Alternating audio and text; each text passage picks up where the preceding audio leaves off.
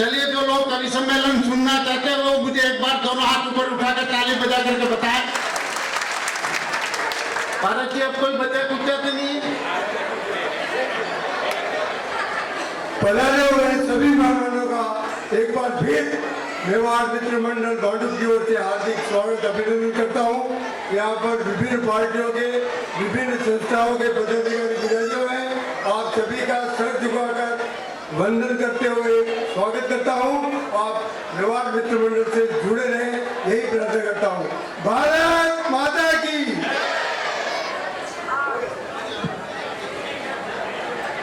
देखिए, भारत जी अभी भी ढूंढ रहे, कोई रेट नहीं गया। भाई, किसी का नाम पारस है,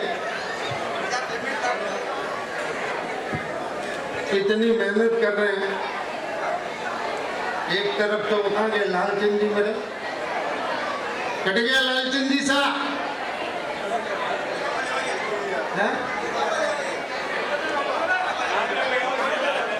अच्छा, देखो वो लालचंदी इस उम्र में भी कितनी मस्ती में जीते, सदाबहार आदमी। भले आज कितना ही बड़ा प्रोग्राम है, सुबह में जो पाजामा पहन लिया वो पहन लिया, काम तो भी वही चलेगा। सदाबहार आदमी मस्ती में जीता। भाई मनीष जी ने सबका सम्मान अभिनंदन करवाया। अरे बढ़िया भाई सुनील, अब उसके प्राण मत भी यार, उसकी रोटी रोटी चलने दे। हाँ, उसका भी धंधा हो जाएगा। देश बड़ी विचित्र स्थितियों में, हिंदुस्तान के कोई नेता कुछ भी बोल दे। एक बदतमीज राजनेता ने कह दिया मैं भारत माता की जय नहीं बोलूंगा, चाहे मेरे गर्दन को छुरी लगा दो। अब उस मूर्ख को ये पता नहीं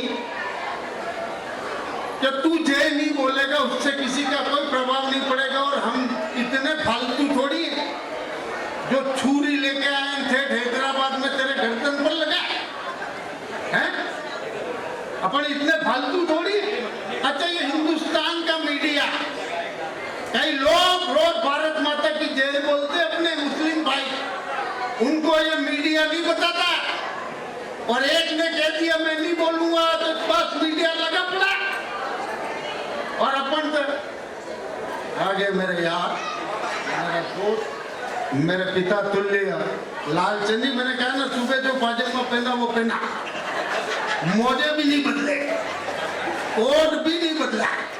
सदाबहार आदमी अपनी मस्ती में और समाज के प्रति समर्पित रहने वाला व्यक्तित्व मैं प्रणाम करता हूँ।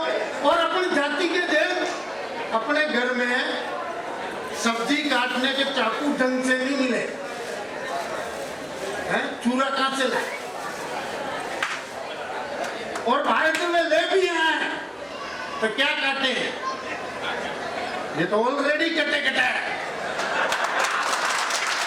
तालियां कमजोर है।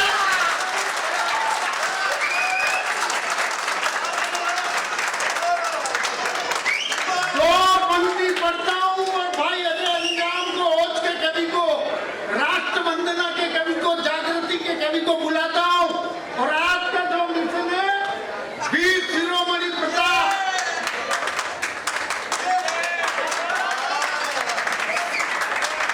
बस ऐसे ही आते रहना।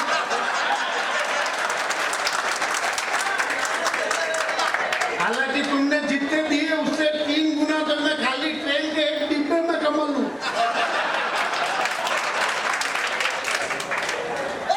दो पंक्ति पढ़ता हूं और इस कवि सम्मेलन को कवि सम्मेलन बनाता हूं। मनीष भैया, दो पंक्ति पढ़ता हूं आपकी उपस्थिति में। क्या जिस दिन मेरा देश का ये युवा जागेगा, जिस दिन मेरे देश के युवा जागेगा,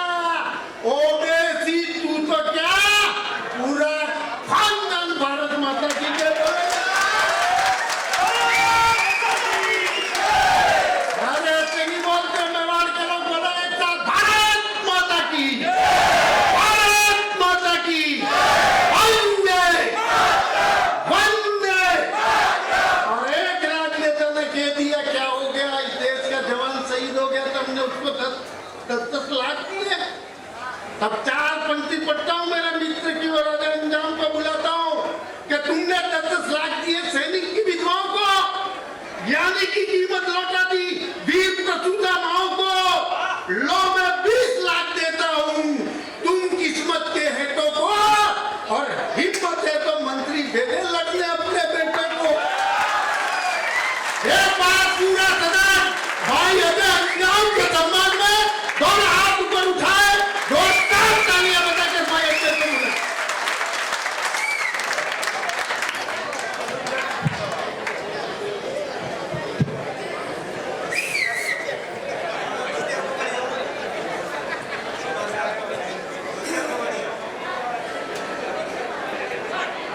मंच की अधिष्ठात्री मां शारदा को प्रणाम करता हूं।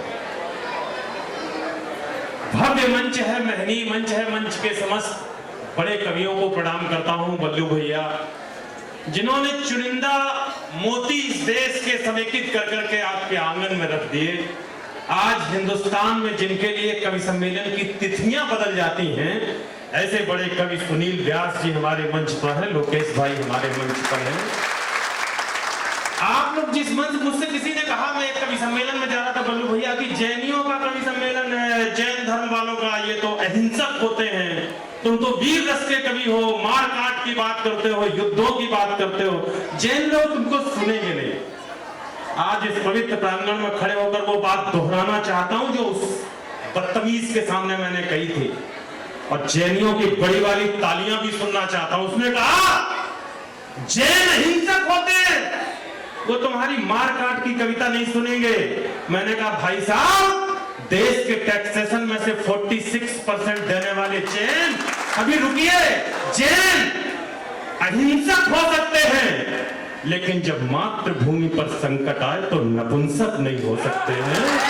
ये जैन धर्म के लोगों के सामने। मुझे किसी ने कहा कि दिगंबर होते कपड़े नहीं पहनते, तो वो हमारे यहाँ का नेता राजनीति का, उसने दिगंबर महाराज जी पर टिप्पणी कर दी, सागर जैन जी पर, वो दिगंबर रहते हैं कपड़े नहीं पहनते। मैंने कहा भाई साहब, सर उतार करके बाजार में निकल करके देखो, लोग गालियां सुनानी शुरू कर देंगे, लेकिन दिगंबर वो होता है जो वस्त्र उतारने के बाद जिसके चरणों में सारी दुनिया झुक जाती है, उसको। अभी परिचय दिया आदरणीय पारस जी पीपड़ा ने, उत्तर प्रदेश से आते हैं, बाबा की धरती से आते हैं, पीपड़ा। एक बार मुझे को ठीक से बता दें, पारस जी पीपड़ा पर, क्योंकि हमारे यहाँ क्या है कि पीपल का पेड़ जरूर होता, पीपड़ा नहीं होता। तो संबोधन पर ध्यान मत दीजिएगा। कहा कि बाबा के जमीन से आते हैं, उत्तर प्रदेश से आते हैं। आज मुंबई महाराष्ट्र की राजधानी में एक और संदेश लेकर के आया हूं। आप लोगों ने यहाँ खूब सारे व्यवसाय लगाए, खूब तरक्की की, ये ब्राह्मण बालक आपको और आशीर्वाद देता है, और तरक्की करिए। लेकिन मैं जिस काम के लिए आया हूं, आइए 22 जनवरी 2024 को हमने अयोध्या के राम मंदिर में लला को बिठाने का काम किया है, आप सबका न्योता देने की।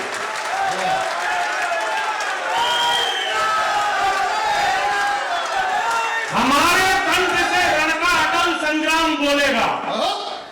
जब मुंबई वाले फिल्में बनाएंगे और हमारे धार्मिक आस्थाओं के प्रतीकों को अपने VFX से ये दर्शाने का प्रयास करेंगे कि हमारे महावीर जी, हनुमान जी भगवान नहीं थे, वो तो भक्त थे, हमने उन्हें भगवान बना दिया, तो आप सबकी जमानत पर 4 पंक्तियां पढ़ता हूं और मैं देखना चाहता हूं कि कितने राम भक्त बैठे हैं। अयोध्या से आता हूं इसलिए विशेष तौर पर पढ़ता हूं, सुनिएगा। हमारे कंठ से रण का अटल संग्राम बोलेगा, भले कोई न बोले पर अजय अंजाम बोलेगा, भले कोई न बोले पर अजय अंजाम बोलेगा। हमारे राम जी के नाम पर यदि आँच आई तो जो बेटा राम का होगा वो जय श्री। बहुत बहुत अभिनंदन करता हूँ, नमन करता हूँ। क्या बढ़िया मानसिकता के लोग बैठे हैं। अभी बल्लू भैया ने पंक्तियां सुनाई, वो राम नहीं बोलेगा, वो भारत माता की जय नहीं बोलेगा। हम वीर रस के कवि क्या होते हैं, थोड़े शब्द हमारे ज्यादा तेजस्वी हो जाते हैं, थोड़े अग्नेय हो जाते हैं। अगर मुझे इजाजत दो तो 4 पंक्तियां उस हैदराबाद के बदतमीज को मैं भी दे दूं। लेकिन साथ देना दोस्तों, कहीं कमजोर ना पड़ जाऊं। अरे तुम्हारे कंठ, एक बार तालियां बजा दो यार, साथ देना पूरे दम के साथ।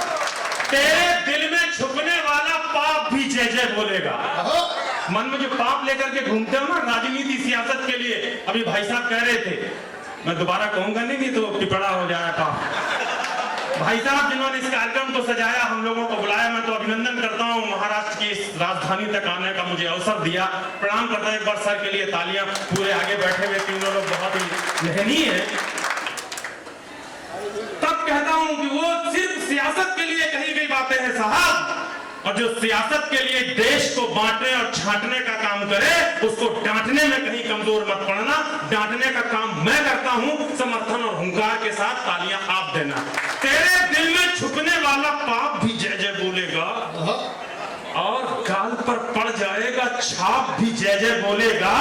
जिस दिन भारत मां के बेटे, इसने कहा एक बार जरा आकर के देखो मेवाड़ मित्र मंडल के बीच, और इनके सामने बोल करके देखो भारत माता की जय नहीं बोलेंगे। बुजुर्ग आदमी 80 बार बोल चुके, मैं काउंट कर रहा। एक बार इनके सामने आकर के बोलो मैं भारत माता की जय नहीं बोलूंगा। जैनी है, मारते कम है, घसीटते ज्यादा। तेरे दिल में छुपने वाला पाप भी जय जय बोलेगा, और गाल पर पड़ जाएगा छाप भी जय जय बोलेगा। जिस दिन ये भारत के बेटे छाती पर चढ़ जाएंगे, साथ देना, जिस दिन ये भारत के बेटे छाती पर चढ़ जाएंगे, तेरी क्या औकात है, तेरा बाप भी चढ़।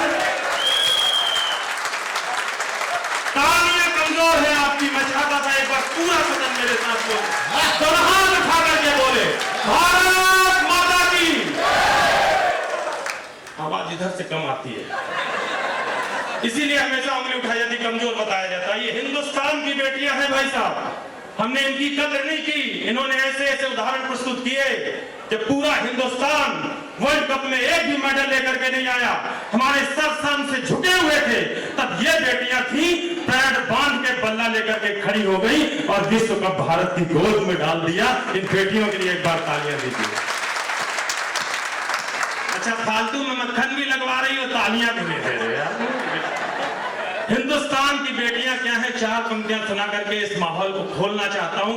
दोस्तों, मैं मन के साथ कहता हूं, माँ ने मुझे सिर्फ एक कविता दी है। मैं बहुत छोटे से गांव का रहने वाला हूं, माँ ने सिर्फ एक कविता मुझसे लिखवा दी। राणा प्रताप तो इतना बड़ा नाम है, मैं उन पर क्या कविता लिखता। श्याम नारायण पांडे ने जो हल्दी घाटी लिखी है, अभूतपूर्व है, उसकी पंक्तियां पढ़ पढ़ के हम बड़े हुए। मैंने उनके अश्व चेतक पर एक कविता लिखी है, उनके स्वाभिमानी घोड़े बलिदानी घोड़े चेतक पर एक कविता लिखी है। आपकी इजाजत होगी तो मैं उसे सुना करके जाऊंगा, लेकिन उससे पहले चार पंक्तियां बेटियों के नाम। हिंदुस्तान की बेटियां क्या है, आजकल तो सुनील भैया कवि सम्मेलनों में बेटियां माताएं बहनें देखने को नहीं मिलती। माहौल ये हो गया, एक दो बैठी हो तो बैठी हो, नहीं तो सिर्फ पुरुष वर्ग का आधिपत्य रहता है। मैं जैन समाज को सलूट करता हूं, पूरे मेवाड़ मित्र मंडल को, कि इतनी बड़ी संख्या में हमारी बेटियां और बच्चे बैठे हुए। पहले कवि सम्मेलन हुआ करते थे, भाई साहब अरुण जी कहां चले गए, पहले कवि सम्मेलन हुआ करते थे तो माताएं बच्चों को भेजती थी कि जाओ कवि सम्मेलन सुन करके आओ। किस लिए? उन्हें ये बताया जाता था कि आज जाओ, आज बिना बस्ते की पाठशाला हमारे कस्बे में लगने वाली है, तुमको कुछ सीखने को मिलेगा। तब इन बेटों के सामने चार पंक्तियां पढ़ना चाहता हूँ। हिंदुस्तान की बेटियां क्या है, साथ देना, इस बार आपकी बड़ी तालियां मिले। धन्यवाद। बात हो पवित्रता की तो यकीन मानिए कि बेटियां ये गंगा वाला पानी बन जाएंगे। प्रयाग से आता हूँ, इलाहाबाद से आता हूँ, तब कहता हूँ, बात हो पवित्रता की तो यकीन मानिए कि बेटियां ये गंगा वाला पानी बन जाएंगी। अंतरिक्ष भेजने की बात चल पड़े अगर, तो कल्पना सुनीता की कहानी बन जाएंगी। और शीश जो उठाएगी, जंग जो छिड़ेगी रक्त बीज दानवों से, यदि बेटियां ये कालिका भवानी बन जाएंगी। और शीश जो उठाएगी अंग्रेजों की औलाद, तो ये बेटियां ही झांसी वाली। अभिनंदन करता हूं, नमन करता हूं। माता बैठी है, एक क्षण उनके चरणों में भी चढ़ाता हूं, बेटे बन करके सुनना। अगर बात अच्छी लगे तो तालियों में तब्दील करना। मैं अपने मूल काम पर आता हूं। जिंदाबाद। माँ ने जो बताई उस राह पे चलेंगे आप, आन बान शान के विधान मिल जाएंगे। फॉलो करके देखना अजय, अगर आज यहाँ अंजाम बन के खड़े हैं तो माँ के आशीर्वाद का कितना फल है। माँ ने जो बताई उस राह पे चलेंगे आप, आन बान शान के विधान मिल जाएंगे। आपकी उड़ान को उछाल वो मिलेगी बंद, कल्पना के सारे आसमान मिल जाएंगे। माँ के पांव के तले ही सिद्धियां छुपी हुई हैं, साधना से पहले वरदान मिल जाएंगे।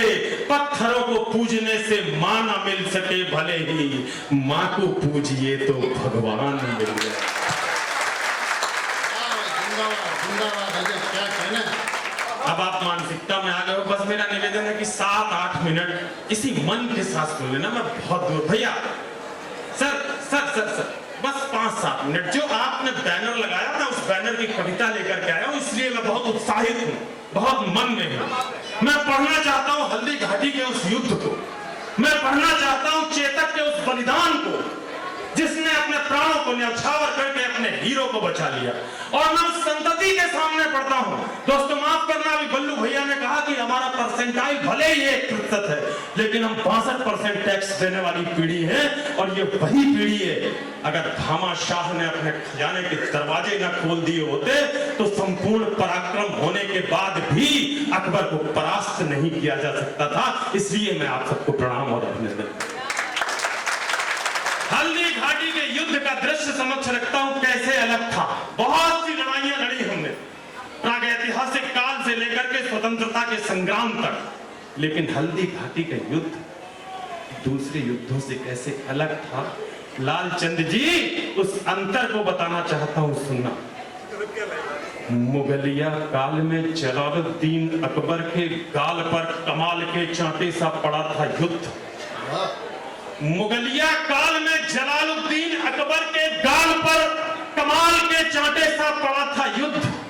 राजा मेवाड़ के प्रताप महाराणा उनके माथे पर सोने के मुकुट सा जड़ा था युद्ध। हल्दी की घाटी में वीर परपाटी में मेवाड़ की माटी में मौत सा अड़ा था युद्ध। दूजे युद्ध, अन्य युद्ध, घोड़े पर बैठ लड़े शेर, वहां शेर पर सवार होकर शेर ने लड़ा था युद्ध। शेर पर सवार होकर शेर ने लड़ा था युद्ध।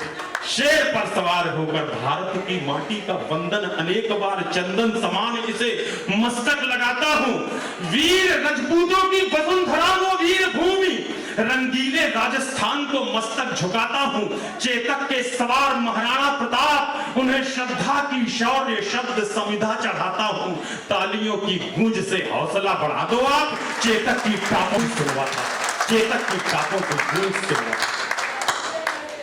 इधर से भी मुझे पूरा कंसंट्रेशन चाहिए। आपने जो गीत गाया अद्भुत था, जन्म से संबंधित, हम लोगों ने खूब तालियां बजाई और मन से सुना। अब हमारा क्रम है उसी मन से। कविता शुरू कर। पानी है बनास का, इस पानी से तुम तनमन धो लो। बनास से परिचित होंगे आप लोग। नदी है जिसका पानी पीकर के महाराणा प्रताप की शिराओं में वो तेजाब खौला था, कि उसी तेजाब की बदौलत एक युद्ध में नहीं, हल्दी घाटी के युद्ध से लेकर दिवेर की घाटी के युद्ध तक 6 संग्रामों में अकबर को पटक करके मारा था। एक बार भी अकबर की हिम्मत नहीं पड़ी कि खुद आकर के राणा प्रताप का सामना कर लेता, अपने अनुयायियों को भेजता रहा। 6 बार पटक के मारा।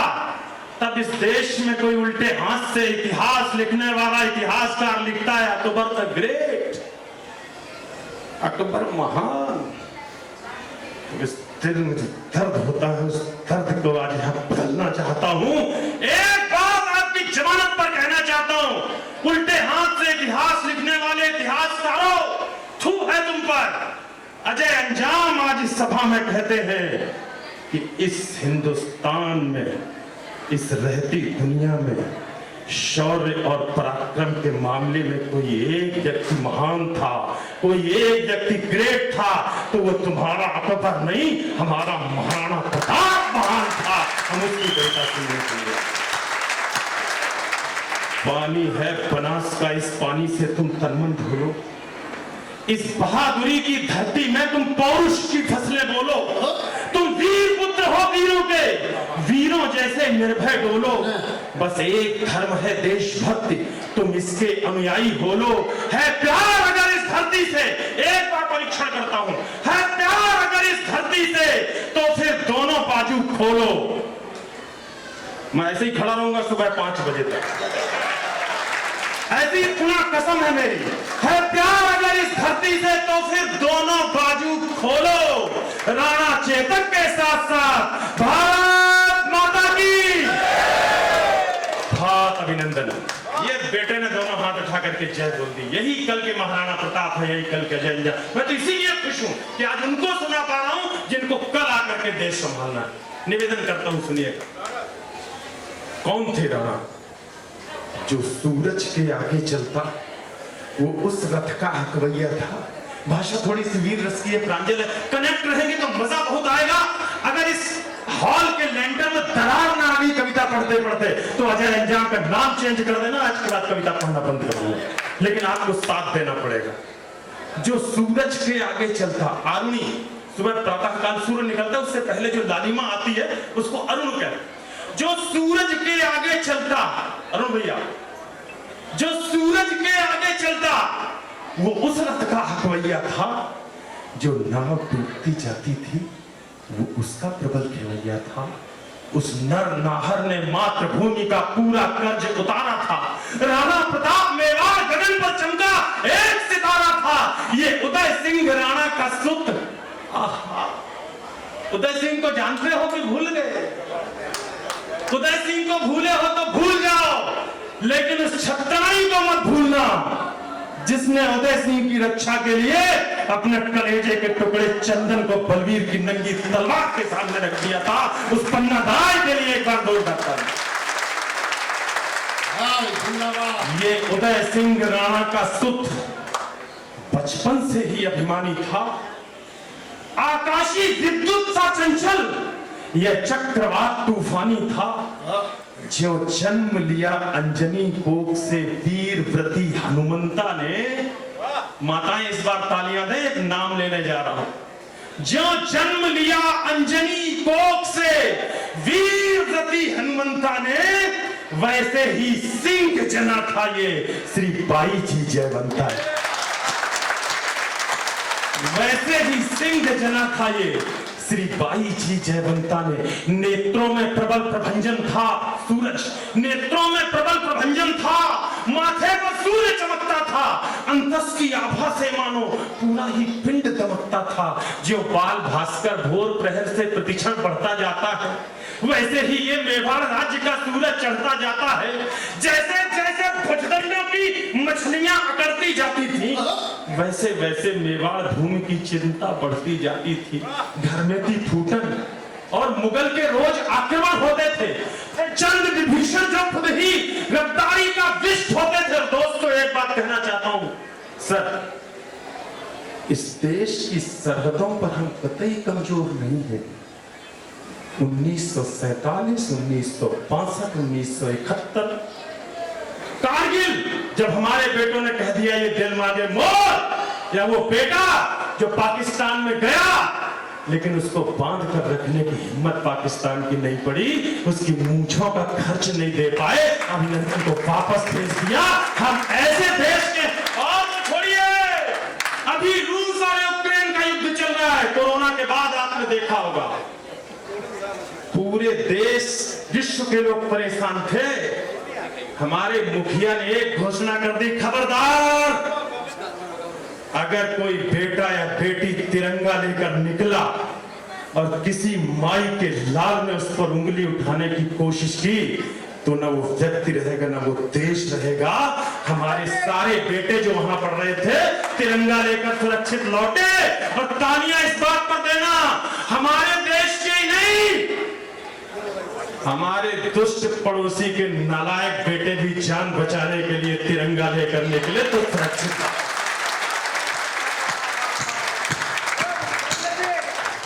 धन्यवाद।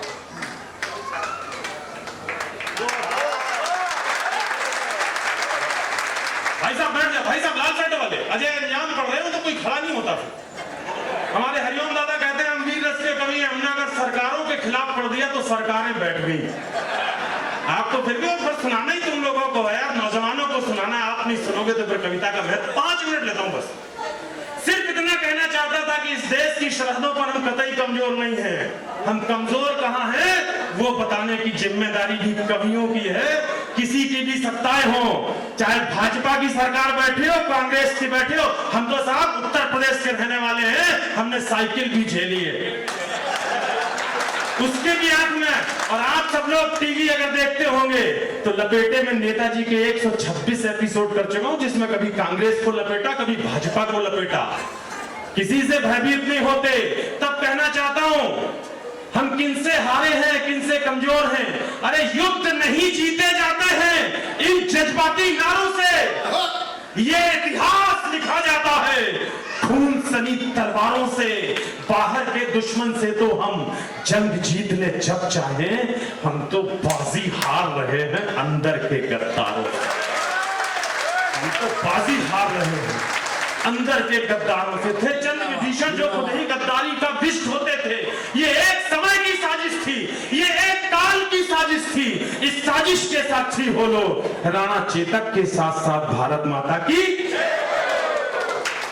कविता का अगला बंद हल्दी घाटी के युद्ध का दृश्य। अगर कहीं रोमांच हो जाए तो अगर खड़े होकर तालियां बजाने का मन हो तो मन को मारना मत। मैं कहूंगा नहीं पूरे बंद में कहीं भी तालियां बजाने के लिए, लेकिन अगर महसूस हो जाए कि कवि ने अच्छा पढ़ दिया तो समर्थन करना बंद पड़ता।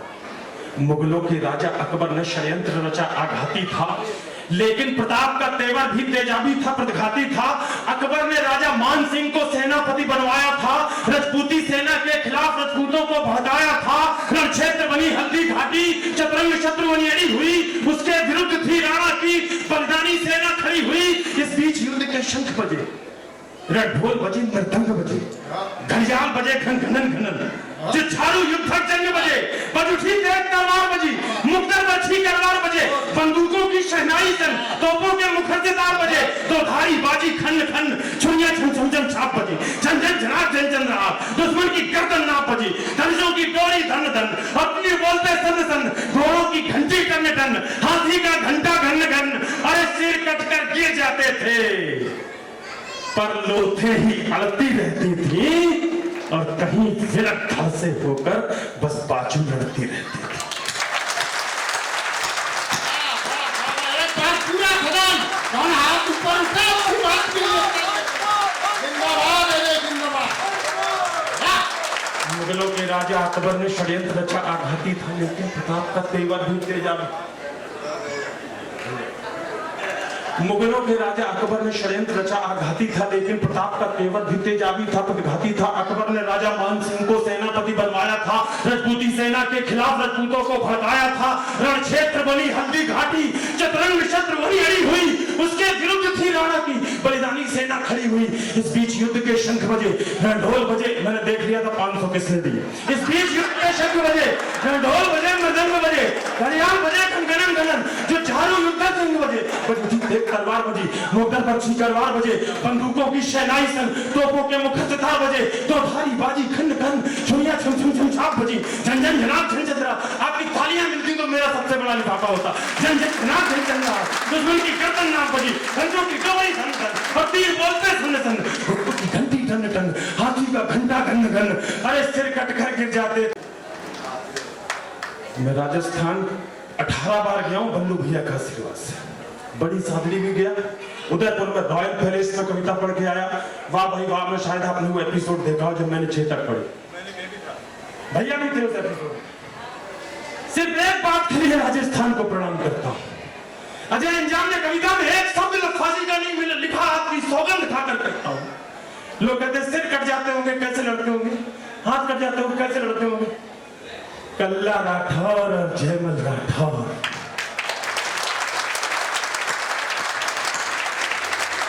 जिनको नाम और इतिहास आंदोलन हस्तालियां इतनी ज्यादा देना। कल्ला के पैर में गोली लगी, पैर घायल हो गया, जयमल ने अपने कंधे पर बिठाया, चारों हाथों में तलवारें थी। मुगलिया सेना से चारों हाथों में तलवार लेकर के दोनों योद्धा लड़ रहे थे।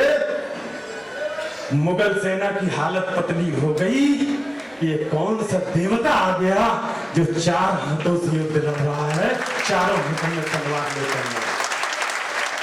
उनको तो प्रणाम करता ही हूं, लेकिन राजस्थान वालों आपको इसलिए प्रणाम करता हूं कि अगर उनको आपने भुला दिया होता तो हमारे ये बच्चे नहीं जान पाते कल्ला कौन थे, जयमल कौन थे। प्रणाम कि राजस्थान में गया तो मैंने देखा कि जयमल राठौर और कल्ला राठौर के मंदिर बने हुए हैं, लोग भगवान की तरह उनकी पूजा करते हैं, इसलिए मैं प्रणाम करता हूं। सिर कटकर गिर जाते थे पर नोथे ही अड़ती रहती थी, और कहीं दिलक धड़ से होकर बस बाजू लड़ती रहती थी। अरे जिसको भोग देता चेतक उसका बख्तर कट जाता था, जिसको भाला घुस जाता था, गुब्बारे सब फट जाता था। तालियां सबसे ज्यादा सुनना चाहता हूं। वो नीले घोड़े का सवार तूफान दिखाई देता था, जिस ओर निकल जाता चेतक शमशान दिखाई देता। तालियां कमजोर नहीं आती। वो नीले घोड़े का सवार तूफान दिखाई देता था, जिस ओर निकल जाता चेतक शमशान। हल्दी घाटी में से चेतक को ले आओगे, हाँ साथ दोगे, उसकी टाप के साथ तालियां गूंजेगी। वो नीले घोड़े का सवार तूफान दिखाई देता था, जिस ओर निकल जाता चेतक शमशान दिखाई देता था। टप टप टपाक टप टप टपाक टप टप टपाक टप टप टपाक टप टप टपाक टप टप टपाक टप टप टपाक टप टप टपाक टप टप टपाक पंचाब सुनाई देती थी।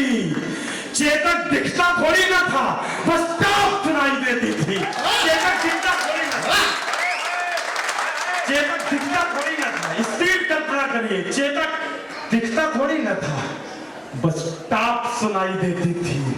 उस नीले घोड़े का कौतुक देखो, अपनी आंखें खोलो। राणा चेतक के साथ साथ भारत माता की भैरव बन गया त्रिशूल और दुधारी चंडा बन गया। फिर रक्त बीज बन गए मुगल, बरछी चामुंडा बन गए। बैरी को तक्षक थे प्रताप, फुंकार बन गया था चेतक। थी सूखी घास मुगल सेना, अंगार बन गया था चेतक। पंक्ति पड़ी तो तालियां पड़ी। अंगार बन गया था चेतक जी, मुगलों की अभिमानी घुड़की। पल में एक योद्धा था अकबर के राजा उसमें सेना में, बहलोल खान, कुछ लोग सुल्तान खान कहते हैं। हिंदुआ बच्चों को देख लेता था 3 महीने के, 4 महीने के, साल भर के, 2 साल के, तो सिर को ऐसे दबा करके चकनाचूर कर देता था। अकबर को बड़ा घमंड, बड़ा अहंकार कि इतने दुर्धर्ष योद्धा से कोई नहीं जीत सकता। अपने युद्ध में पड़ गया राणा के सामने। राणा 5 मिनट खेले जैसे बिल्ली चूहे के साथ खेलती है। 6वें मिनट में घोड़े से छलांग लगाई लालचंद सर। 6वें मिनट छलांग लगाई और एक ही बार ऐसा किया कि सिर कटा, घोड़ा कटा, पूरे 2 टुकड़े होकर के मैदान में पड़ा हुआ था। उस महाराणा प्रताप की कविता सुनाता हूं और घंटी बज गई है, थोड़ी जल्दी करता हूं। मुगलों की अभिमानी घुड़की, पूरा कंसंट्रेशन चाहिए, विस्फोट चाहिए, हिम्मत मैं कर रहा हूं। 1000 किलोमीटर दूर से कर मुझे वापस भी जाना है। आपने साथ दे दिया तो हिम्मत के साथ जाऊंगा, नहीं तो डरता हुआ जाऊंगा। मुगलों की अभिमानी घुड़की पल में पुकार हो जाती थी। जब तक वो अल्लाह कहते थे तलवार पार हो जाती थी।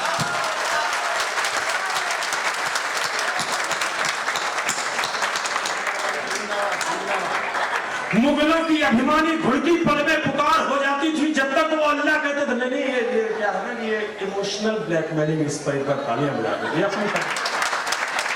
मुगलों की अभिमानी घुड़की पल में पुकार हो जाती थी। जब तक वो अल्लाह कहते थे तलवार पार हो जाती थी। बैरी के सर पर था चेतक, हाथी के ऊपर था चेतक, आंखों के आगे था चेतक, छाती के भीतर था चेतक, छल में चेतक, जल में चेतक, छल में चेतक, बल में चेतक, लोहू की नदियां बहती थी, नदियां की गलगल में चेतक, पानी पर चेतक दौड़ रहा, चेतक चलता अंगारों में, वाणी पर चेतक डोल रहा, चेतक घुस गया विचारों में। अरे राणा पर होता वार अगर, ये पंक्ति आपको देनी है वापस, सब एक साथ देना। राणा पर होता वार अगर तो तुरंत झुका ही देता था, यदि यहां डूब जाता चेतक तो वहां दिखाई देता था। मेवाड़ विजय के रास्ते में खुद का तन रोड़ा बना दिया, चेतक योद्धा बन गया और मुगलों को घोड़ा बना दिया। चेतक कहता रणचंडी से आओ अपना खप्पर धो लो, राणा चेतक के साथ साथ भारत माता की जय बोलो। मेरे दो बहुत ही वरिष्ठ कवियों को पढ़ना है, आदरणीय दीदी और सुनील भैया। बलवंत को भी हम सुनेंगे, हमारे आज के संचालक हैं, संयोजक भी हैं। तो मैं इस कविता को छोटा करता हूँ, जो मुख्य छंद आखिरी छंद में सुनाना चाहता हूँ। आपकी अगर इजाजत हो जरा तालियां दे दीजिए। हल्दी घाटी के युद्ध का अंतिम दृश्य। दीदी दीदी दीदी दीदी ममता दीदी, नहीं बंगाल वाली नहीं, अपनी। थोड़ी देर के लिए, ये कानों को अच्छा नहीं लगता जब किसी महापुरुष की गाथा गाई जा रही हो और उस समय शोरगुल कानों तक आए तो थोड़ा दिल को ठेस लगती है। सिर्फ 3 मिनट अंतिम बंद पढ़ता हूं, जो पढ़ना जरूरी है आज के दिन। स्वागत है। मुगलों के राजा राणा के प्रबल प्रहारों का न तोड़ दिखाई देता था, न हल्दी घाटी में चेतक का जोर दिखाई देता था। संख्या बल में अकबर का दल राणा के दल से भारी था, 1:7 का अनुपात था, हमारे 1000 तो उनके 7,000। संख्या बल में अकबर का दल राणा के दल से भारी था, हजारों घाव लगे थे, पर राणा का हमला जारी था। घिर गया शगालों में नाहर, राणा को संकट बूझ गया, पर एक लिंग का हठीभूत दूधारी लेकर जूझ गया। इतने में झाला आ पहुंचे, झाला मन्ना, इतने में झाला आ पहुंचे, बोले राणा प्रस्थान करो, तुमसे कल को आशाएं हैं, कुछ उसका भी तो ध्यान करो। राणा बोले रण में झाला, मैं इंच इंच कट सकता हूं, पर पैच भवानी तुलजा की मैं कभी नहीं हट सकता। तब एक लिंग का नाम लिया, देखो शपथ झाला बोले, दुश्मन का वार लिया खुद पर, होकर लथपथ झाला बोले, इनको मैं धूल जता दूंगा, देखो तुम कल के मंगल को। झाला ने कसम दिलाई तो राणा चल निकले जंगल। बढ़ते बढ़ते राणा मग में 21 गज का नाला आया, चेतक का तन था लस्त पस्त, लेकिन जैसे ज्वाला आया, अपनी पूरी ताकत समेत चेतक फल्लांग लगा बैठा, राणा की रक्षा करने को अंतिम छलांग लगा बैठा। उस नील अश्व ने स्वामी भक्ति का पाठ सभी को सिखा दी, करवट लेकर बेजान शीश राणा चरणों में टिका दी। फिर लगा अचानक घोटक ने, फिर लगा अचानक घोड़े ने जैसे अपना मुंह खोला, चलते चलते जैसे शहीद चेतक ने बस ये बोला हो, मालिक मालिक मालिक, मेवाड़ घराने का मैं कर्ज चुका कर जाता हूं, माथा सहलाकर विदा करो, मैं फर्ज निभा कर जाता हूं। बस एक प्रार्थना है स्वामी, बस एक निवेदन है स्वामी, दुश्मन का सिद्ध षड्यंत्र न हो, जब तक चेतक की याद रहे, मेवाड़ मेरा परतंत्र न हो। चेतक मेरे बेटे भैया, लाल वीर जो था, चेतक को बाहों में भरकर वो घायल शेर पुकार उठा। चेतक, तेरी बलिदान कथा हिंदुस्तान भी गाएगा, गाएंगे श्याम नारायण भी, हर नौजवान भी गाएगा। चेतक, तेरी तेरी सौगंध मुझे, अगर राजस्थानी पानी ने एक घोषणा सही कर दी हो, चेतक तेरी सौगंध मुझे, दुश्मन का नाम नहीं होगा जब तक ये राणा जिंदा है। मेवाड़ गुलाम।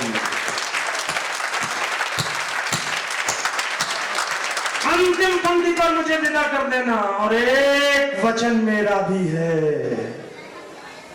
1576 से लेकर 2023 तक राणा को देवता की तरह मानने वाले इन लोगों ने अगर उस कसम को निभाया हो, तो अजय अंजाम को वैसे विदा करना जैसे ये देश करता है। मैंने 500 साल के इतिहास में जितने भी राणा के स्टैचू और मूर्तियां लगाई गई, उनका सबका रिसर्च करने के बाद सिर्फ एक पंक्ति लिखी है, और अगर सत्य हो तो नौजवान दोस्तों अच्छे से विदा कर देंगे। चेतक तेरी सौगंध मुझे, दुश्मन का नाम नहीं होगा जब तक ये राणा जिंदा है। मेवाड़ गुलाम नहीं होगा। और एक वचन मेरा भी है, जिसकी प्रतिपूर्ति नहीं होगी, चेतक तेरे बगैर राणा की कोई मूर्ति नहीं।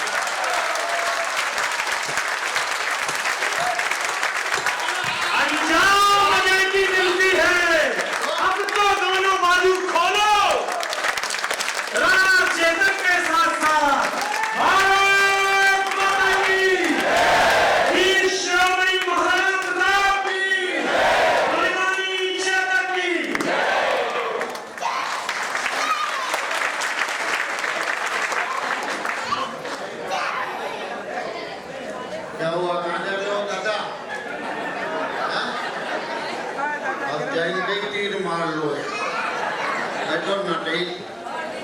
हीरो तू का ले रहा, जवान आदमी है, ये मेरे जैसा क्यों चल रहा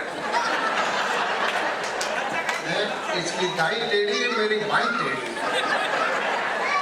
हम दौड़ो साड़ू भाई।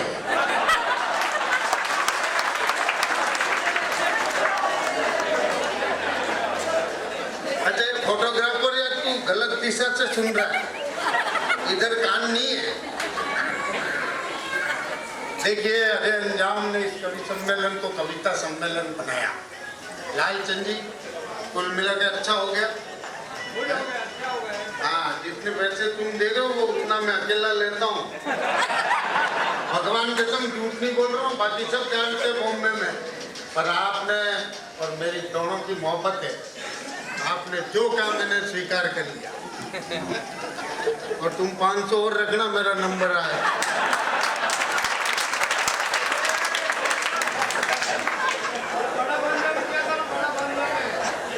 तो पारस जी, मनीष जी और कोषाध्यक्ष जी, सब लोगों का मोहब्बत है। मैं मेवाड़ का हूँ, आगे तो कोई एहसान नहीं किया। वो एक अमेरिकन आदमी हिंदुस्तान में आया, आते ही लालू से टकराया। बोले लालू जी, तुम्हारी एक बीबी 10 बच्चा, हमारी 3 बीबी 22 बच्चा, तुम अच्छा कि हम अच्छा? लालू बोला, बात तुम्हारी 3 बीबी पे 22 बच्चा, जबकि हमारी एक बीबी पे 10 बच्चा। हर हाल में हम अच्छा, क्योंकि हमारा एवरेज अच्छा।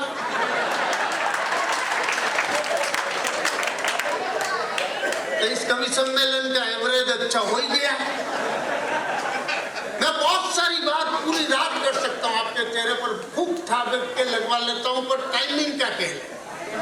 टाइमिंग का मेरे को ध्यान रखना पड़ेगा। अपन वो चाय पीते उसमें बिस्कुट डाले, थोड़ी देर ज्यादा रह जाए तो अंदर गिर जाए, और जल्दी निकाले तो मुंह में तकलीफ पड़े।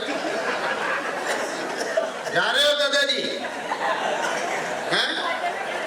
मैं श्राप देता हूँ, तुम्हारे घर के अंदर की कुंडी बंद मिलेगी। मेरा कार्यक्रम छोड़ के जाने वाले, मैं तेरा कार्यक्रम भी होने नहीं दूंगा।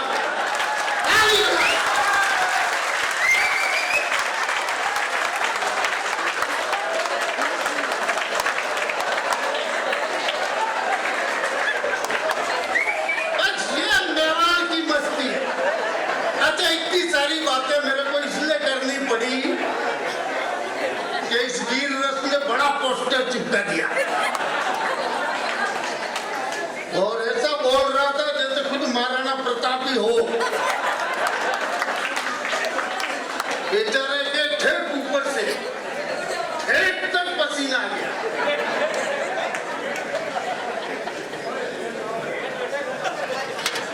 मैं नहीं बताऊंगा, वो सुनील बताएगा क्या होता है ठेठ।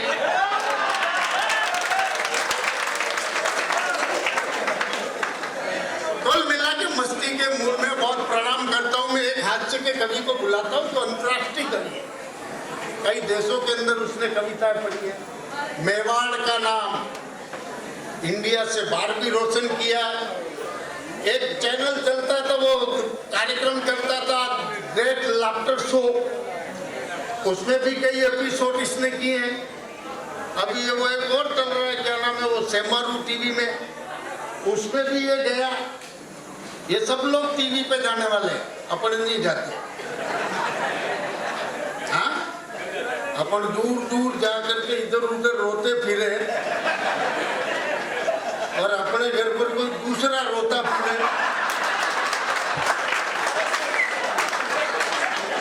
अपन रिस्क लेते ही नहीं। अच्छा, एक वो क्या नाम है वो, कौन सा वो, मैंने देखे फैमिली पूरी इगतपुरी परिवार के लोग हैं, लगभग 10 थे, 12, और सब जॉइंट फैमिली में रहते हो क्या? है? एक बार इस परिवार के सम्मान में तालियां बजाएं। मतलब इतना परिवार शामिल रहना, इसका मतलब कितना सैक्रिफाइस करना होता है। बड़ा मन रखते हैं तब परिवार संगठित और संयुक्त रहते हैं। बाकी तो बाई पन्नी 15 दिन से घूमिन करी नावी बाइन के मुंह तो जाऊं क्या हो। अच्छा, मजा भी रहा तो भागड़े भागड़ ना, हाँ, मानसिन 200 हाथ से आ गया। अच्छा, थोड़ा और अवतर रहे जरा, सुनील ने हाथ उसने कहा। पर बहरहाल टाइमिंग का खेल है। मैं चाहता हूँ एक बड़े कवि जो आपके राजसमंद का है, जिसका नाम होता है भाई सुनील व्यास। सुनील व्यास को मैं क्या तालियां भी ले को आपका अपना बेटा दोनों हाथ ऊपर उठा कर तालियां बजा।